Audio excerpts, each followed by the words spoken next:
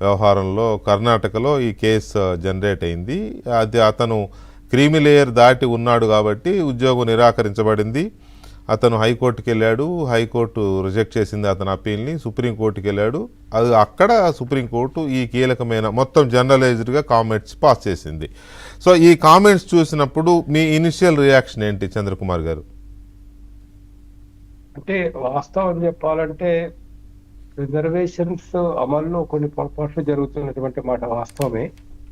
Reservations అమల్లో ఏంటంటే ఇదివరకు ఐఏఎస్ ఆఫీసర్స్ ఉన్న వాళ్ళు, లేకపోతే ఎమ్మెల్యేలుగా ఉన్న వాళ్ళు, మంత్రులుగా ఉన్న వాళ్ళు, పెద్ద పెద్ద వ్యాపార రంగాల్లో ఉన్నటువంటి వాళ్ళు, మళ్ళీ వాళ్ళ పిల్లలకే అలాంటి ఒక బెనిఫిట్ రావడం, మినిస్టర్ కొడుకే మన రిజర్వేషన్ దానిలో సీట్లు రావడం, అంటే రాజకీయ రిజర్వేషన్స్, ఇట్లాంటివన్నీ జరుగుతూ ఉన్నటువంటి మాట వాస్తవమే. ఇందులో ఏంటంటే ఆ వర్గాలకి వచ్చినటువంటి అత్యంత పేదవాళ్లకు లేదా ఇదివరకు అవకాశం రానటువంటి వాళ్లకు అన్యాయం జరుగుతున్నట్టు మనకు కనబడుతుంది ఇందులో. మరి ఏం చేయాలి అంటే సుప్రీంకోర్టు చేసినటువంటి వ్యాఖ్యానాల గురించి కొంచెం సుదీర్ఘంగా ఆలోచించి మనం చేయాల్సినటువంటి ఒక కర్తవ్యాలు మటుకు చాలా ఎక్కువ లేరు. ఎందుకు చేయాల్సినటువంటి కర్తవ్యాలు చాలా ఎక్కువ ఉన్నాయంటే, మొదటిది రిజర్వేషన్స్ ఒక బేసిస్ ఏంటిది, రిజర్వేషన్స్ ఏ విధంగా వచ్చినాయి, రిజర్వేషన్స్ రావడానికి మూల కారణం ఏంటి అనేది కూడా కొంత మనం విచారం చేయాల్సిన అవసరం ఉందన్నమాట. అంటే ఒకప్పుడు సమాజంలో ప్రజ్ఞకు, తెలివితేటలకు విలువ అనేది ఉండేది. మనం వాల్మీకిని చూసినా, వశిష్ఠుని చూసినా ఆ కాలం లోపల కులానికి ప్రాధాన్యత అనేది ఇవ్వలేదు మొట్టమొదటి.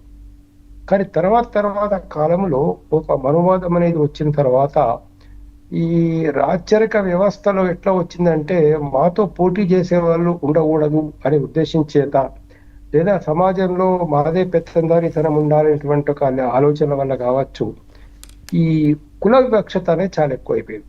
కుల వివక్షత ఎంత ఎక్కువైపోయిందంటే, కర్ణుడు లాంటి వీరాది వీరుడు అర్జునుడితో పోటీ పడతానంటే, ఇదే కులము, మీ తండ్రి మీరేం పని చేస్తారు, నువ్వు బెస్త కులం కాబట్టి క్షత్రియునితో పోటీ పడడానికి వీల్లేదు.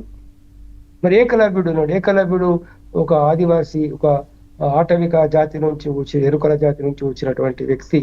ఆయన విలువిద్యలో ఎంతో ప్రావీణ్యత సాధించిన తర్వాత కూడా నువ్వు పోటీ చేయడానికి వీల్లేదు అంటే, అప్పటికి ఈ యొక్క మనువాదం అనేది చాలా తీవ్రమైన స్థాయిలో కలిపి వచ్చేసిన తర్వాత, అప్పటి నుంచి మన సమాజంలో జరిగిన పెద్ద పొరపాటు ఏంటంటే, మనం ఎంత మనం అద్వైత సిద్ధాంతాలు చెప్పుకున్నప్పటికీ కూడా ఎంతో ఉన్నతమైనటువంటి భావాలతో మన ధర్మం అనేది ఉన్నది కూడా. సర్వే జనో సుఖినో భవంతు, లోక సమస్త సుఖినో భవంతు, ఆత్మలన్నీ ఒకటి, ఆత్మకు భేదం లేదు అనేది, లేదా జ్ఞాని అయిన వాడు కుక్క వంశం తినేవాడిని కూడా ఈక్వల్ గా చూడాలా అని భగవద్గీతలో చెప్పుకున్నప్పటికీ కూడా ప్రాక్టికల్ గా మటుకు ఏం జరిగిందనంటే, కొన్ని కులాలను మనం సమాజంలో అంటరాని వాళ్ళుగా చూసి వాళ్ళు ఊరు బయట ఉండాలా అని చెప్పడమే. మన ధర్మశాస్త్రంలో ఎంత ఘోరంగా ఉందంటే, నా దగ్గర ఉన్నాయి పుస్తకాలన్నీ కూడా, మన ధర్మశాస్త్రం, వేదాలు అవన్నీ కూడా.